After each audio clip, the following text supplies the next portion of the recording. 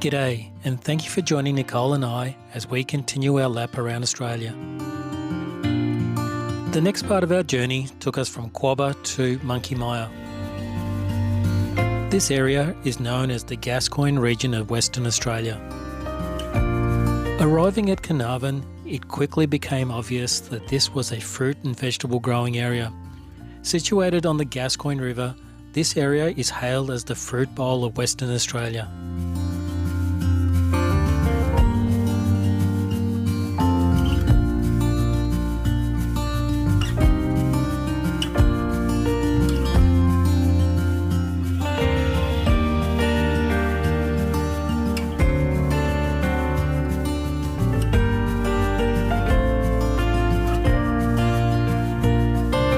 Bumback's Homemade Heaven is just one stop on the Fruit Loop Trail.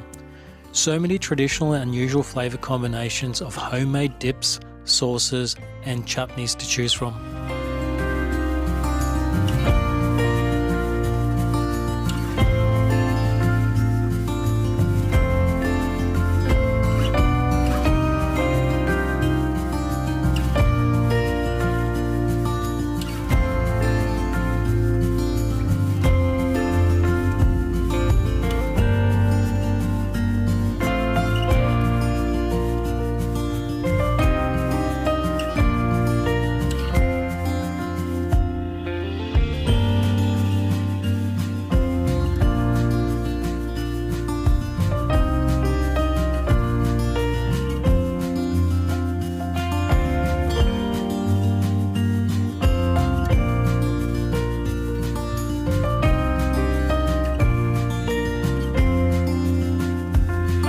The 1 mile jetty serviced the agriculture and fishing industries until the road was sealed to Geraldton in the 1960s.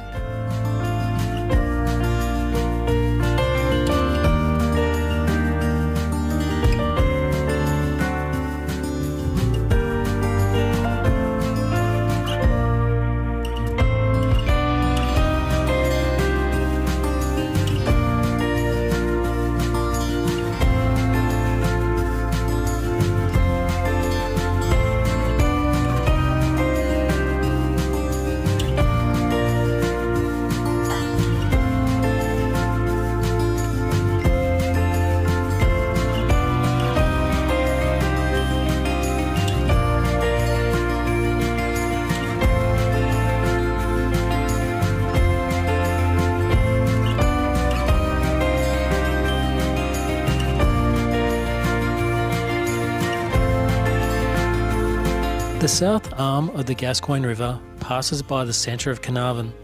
The esplanade was built up to prevent flooding of the town centre. It's locally known as the Fascine.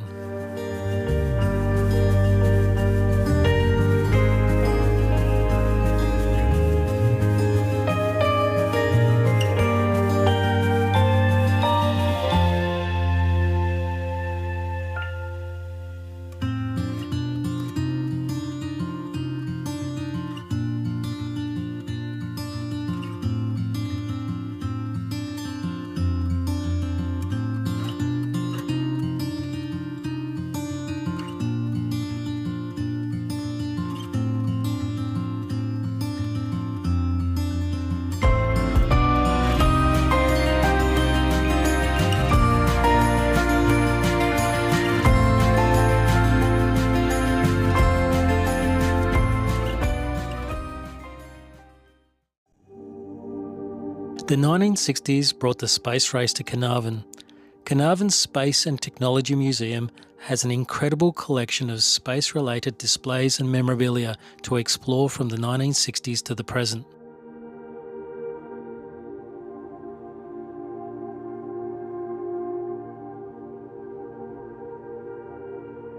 This volunteer-run museum offers a detailed insight into Carnarvon's role in NASA's space programs in the 1960s and 70s.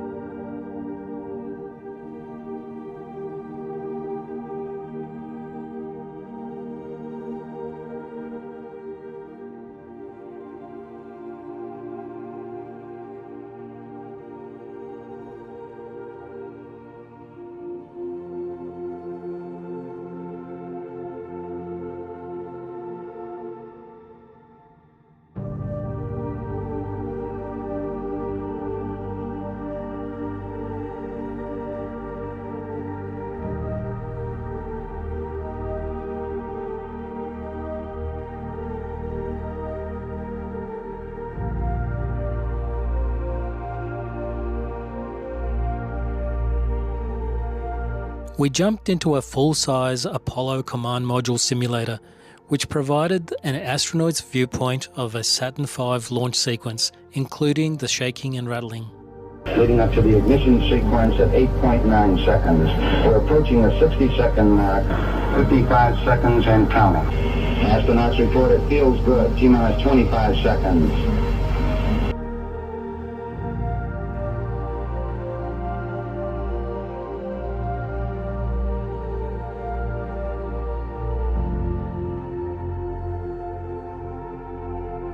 The Overseas Telecommunications Commission dish, otherwise known as the OTC dish, was used throughout NASA's Gemini, Apollo and Skylab programs to relay messages from space to NASA Mission Control in Florida.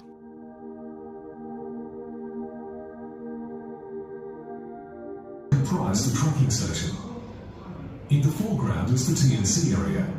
Near the horizon to the left is the Manned Spaceflight Satellite Tracking and Data Acquisition Center, or STADAN site, and to the left, the USB dish. Looking at the center area, to the left is the Solar Particle Alert, or SPAN Center. In the middle is the UHF Command Facility, and to the right, the powerhouse. Carnarvon was a prime site for the Earth orbit part of these missions, and was the site from which the commands were uplinked to take Apollo spacecraft out of Earth orbit and on their way to the Moon, known as Translunar Insertion, or TLI. The Carnarvon Tracking Station was made up of multiple antennas that track the position, speed and sun-solar flare activity. The OTC antenna relayed all of this data, including voice, to Mission Control. In 1966, the Gascoyne antenna, which is locally known as the Sugar Scoop, was used in the first television broadcast from Australia to BBC in London. The program was called Down Under Comes Up Alive.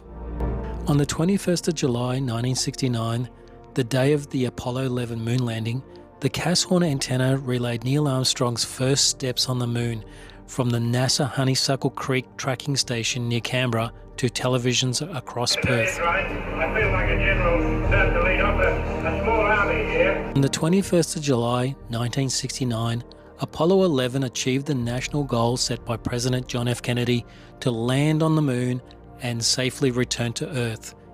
In November 1969, Apollo 12 completed another moon landing. Apollo 13 launched, but the moon landing was aborted.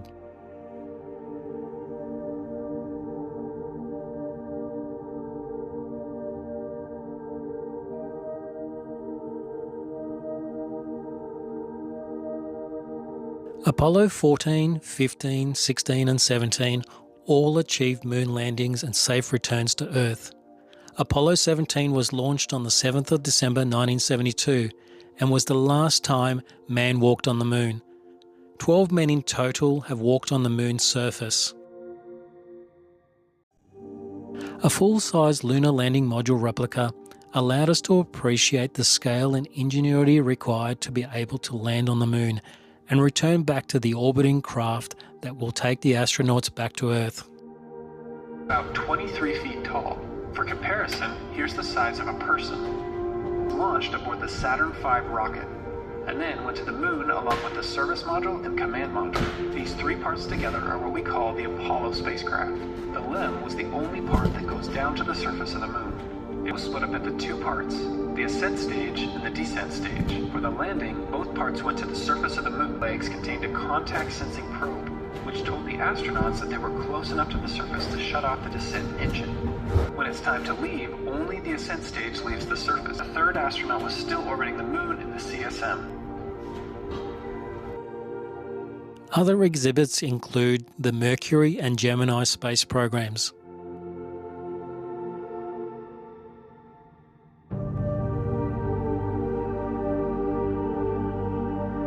Carrying 2 crewmen. 10 Gemini missions between March of 1965 and November 1966. Skylab Programs and the International Space Station.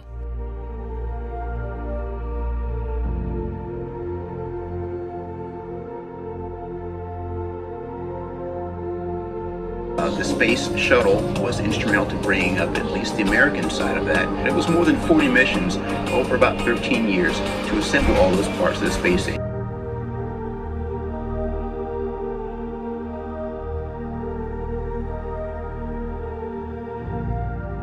The current generation Orion rockets and Artemis program.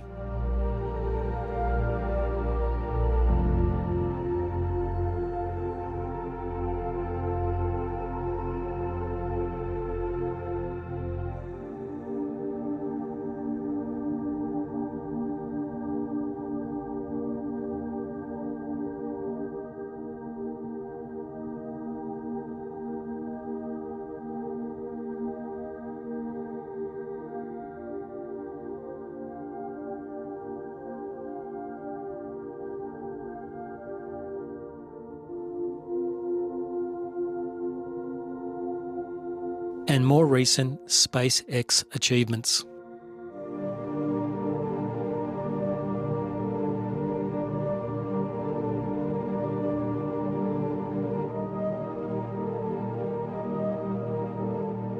NBN satellites, Radio Australia that broadcasts to Asia Pacific, and the Australian National Satellite Program, AusSat.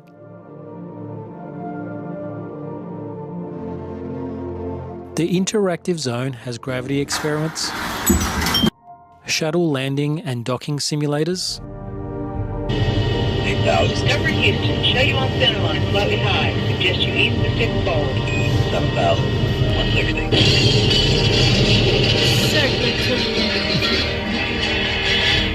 Space delivery units or SMUs and fly over to the Hubble to capture the SMUs.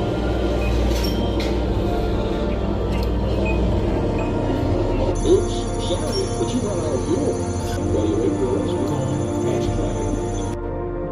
infrared temperature cameras, real-time terrain mapping,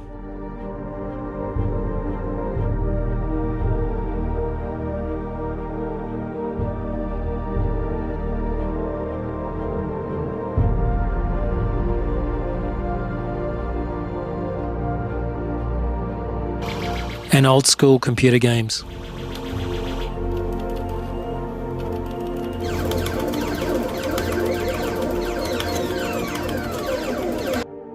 You can even use a green screen to put yourself on the moon. This visit was an immersive experience. Who is not fascinated by space? We definitely stayed longer than we anticipated.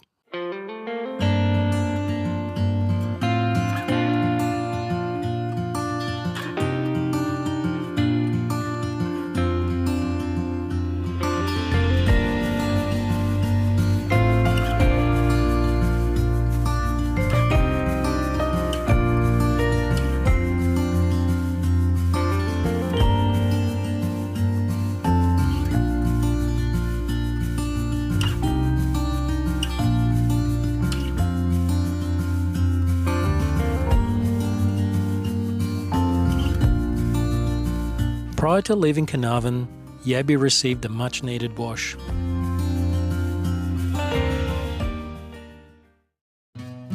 "150 kilometres south of Carnarvon, we found Gladstone Bay Campgrounds.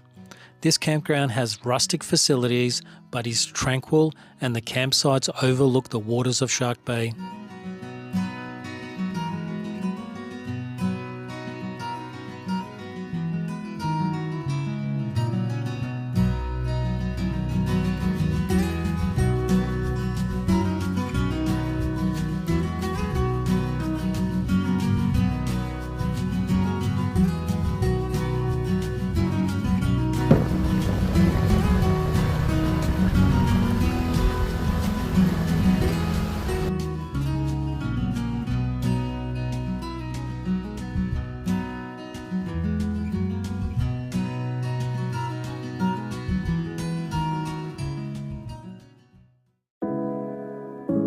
Our next destination was Denham.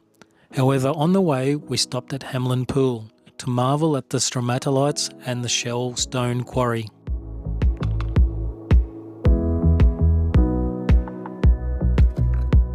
Unfortunately, the boardwalk was damaged in a 2021 cyclone, and was yet to be repaired and remained fenced off.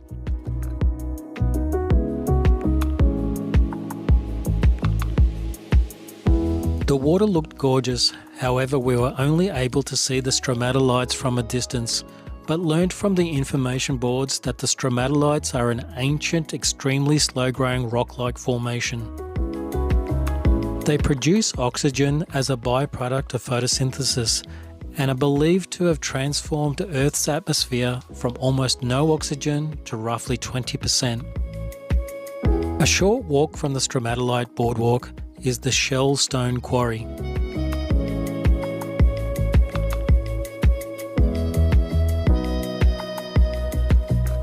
In the early to mid-1900s, this abandoned quarry used to provide blocks for the construction of local buildings in Shark Bay.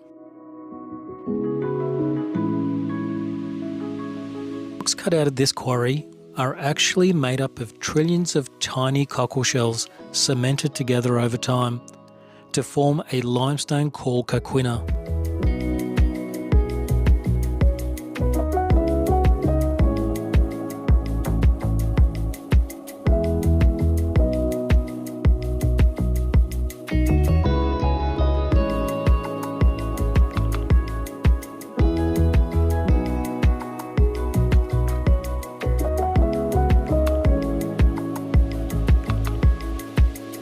Sand and seagrass banks have restricted the flow of water into this part of Shark Bay, making Hamlin Pool an extremely salty body of water.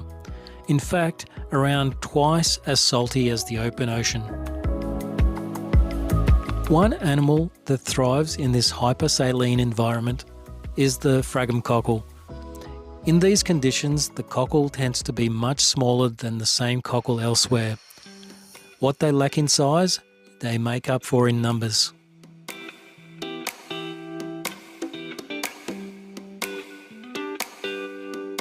Our next stop was Shell Beach. This bay has the same restricted water flow and hypersalinity as Hamlin Pool. As a result, this beach is made up of pure cockle shells and no sand.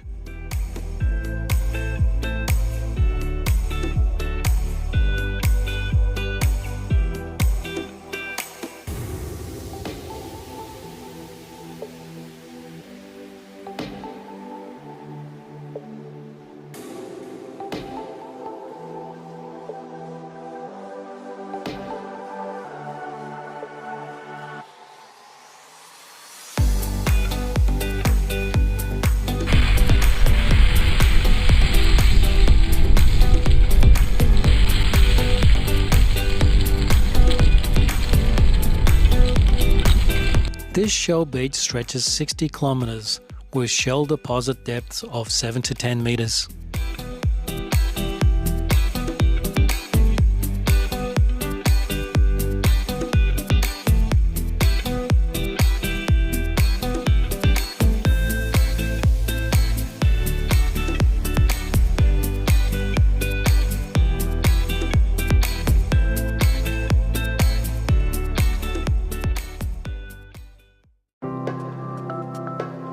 After a day of exploring and driving, we arrived at the beautiful coastal town of Denham.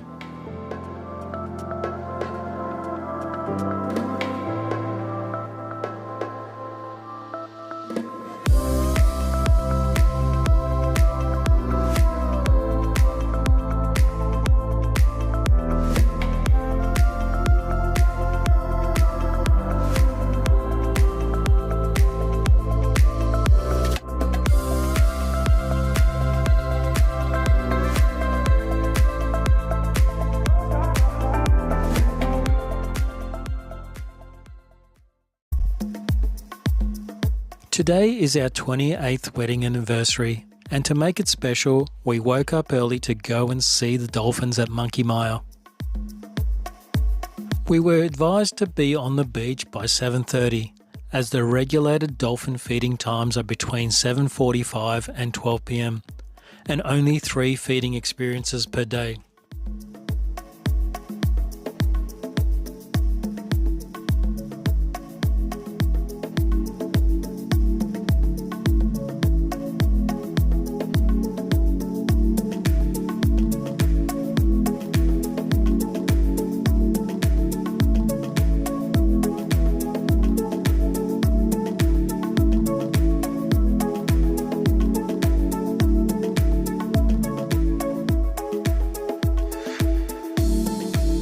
We mulled around the beach and jetty, awaiting for the call from the dolphin spotters to approach the beach.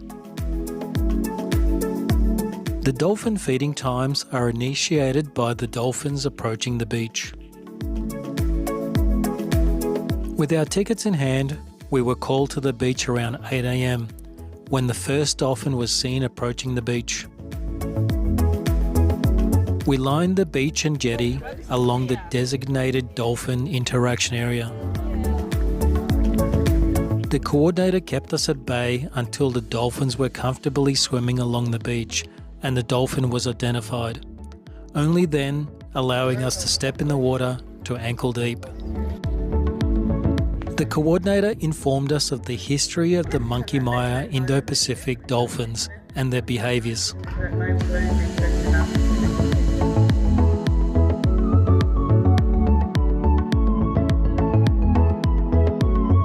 With the first feeding experience over, we ordered a coffee and a muffin at the Monkey Maya Resort Cafe, while keeping a keen eye on the beach near the dolphin interaction area for signs of the next feeding experience was about to begin.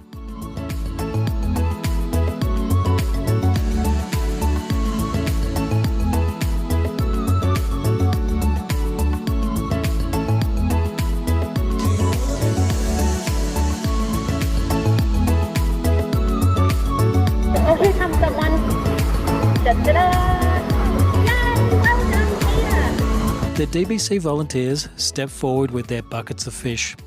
Each bucket was labelled with the dolphin's name, and to ensure each dolphin was only receiving 10% of its daily requirements across the 3 feeding sessions per day, ensuring they maintained their natural hunting and foraging habits. We were lucky enough to join the second and final interaction experience before leaving Monkey Maya.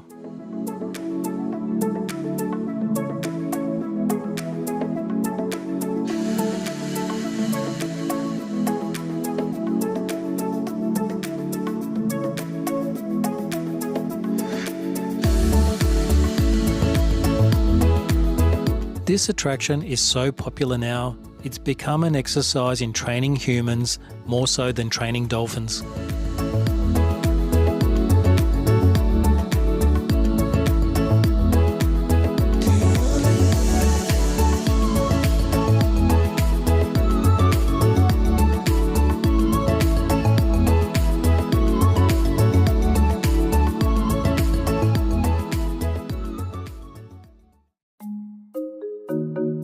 Returning to Denham, the next experience was Ocean Park.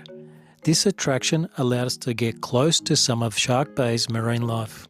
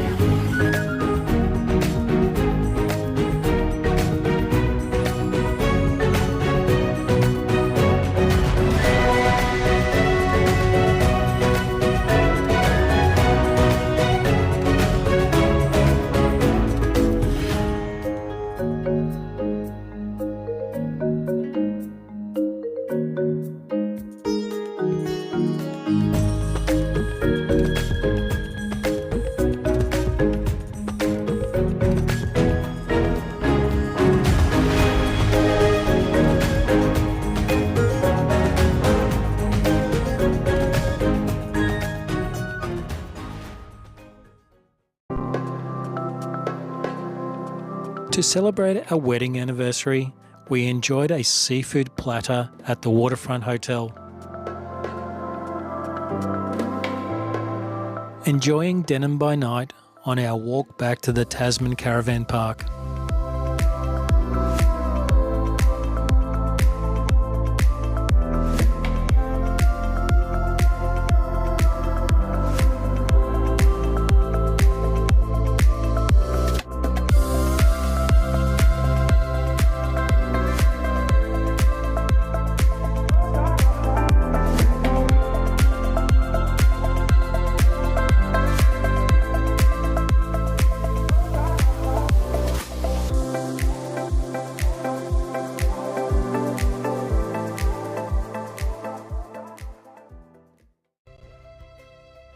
Shark Bay Discovery Centre has a wonderful display of what Shark Bay has to offer. Each locality has something unique to offer.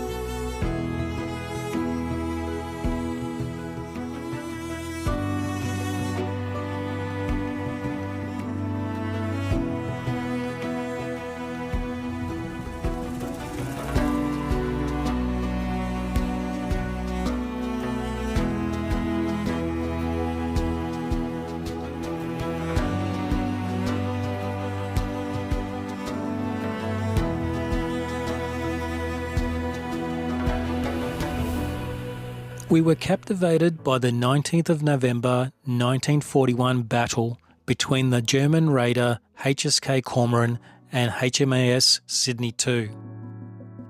The ships spotted each other from a distance. HMAS Sydney chased down the Cormoran and tried to communicate with the Dutch-flagged merchant vessel. After confused signalling, the Cormoran revealed its true identity as a warship, and the two battled a fierce 30 minutes at close quarters. The Sydney sustained unrecoverable damage and is believed to have sunk several hours after the battle. The Cormoran was also severely damaged and on fire. The Cormoran was abandoned and she was scuttled that same evening. 318 of 399 personnel from the Cormoran survived and made landfall at Quobba and Carnarvon. No survivors from HMAS Sydney were found. All 645 sailors perished. After numerous attempts to find the shipwrecks, in March 2008 they were both finally found off the coast of Shark Bay.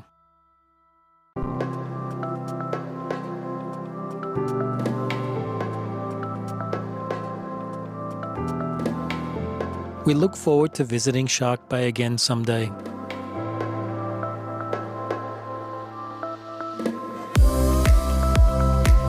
Join us on the next episode as we continue our adventures down the Western Australian coast.